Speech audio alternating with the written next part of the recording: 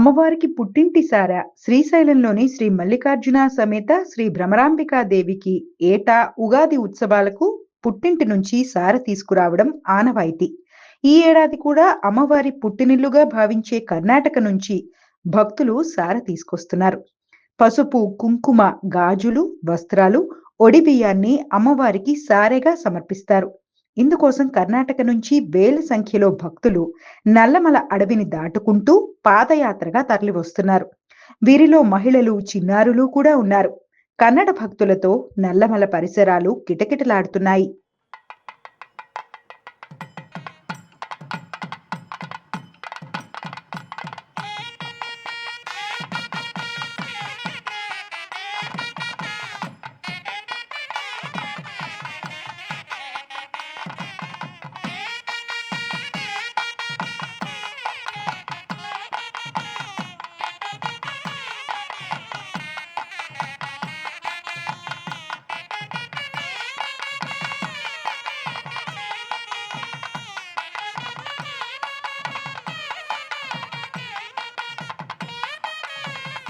పాదయాత్ర చేసుకుంటూ వస్తున్న భక్తులు చేస్తున్న శివనామ స్మరణతో అటవీ ప్రాంతం మార్మోగిపోతోంది. ఉగాది పర్వదినానికి ముందే కర్ణాటక భక్తులు శ్రీశైలానికి చేరుకుని అమ్మవారికి సారె సమర్పించి తమ మొక్కులు తీర్చుకుంటారు.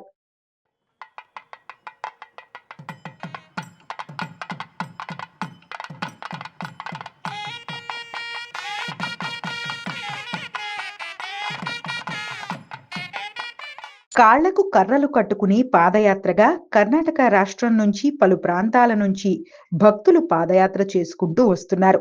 ఉగాదికి ముందుగానే తమ సొంత ప్రాంతాల నుంచి బయలుదేరి ఉగాది పండుగకు ముందు శ్రీశైలం చేరుకుంటారు. కొంతమంది యువకులు కాళ్లకు పొడవాటి కర్రలు కట్టుకుని పాదయాత్ర చేయడం విశేషం.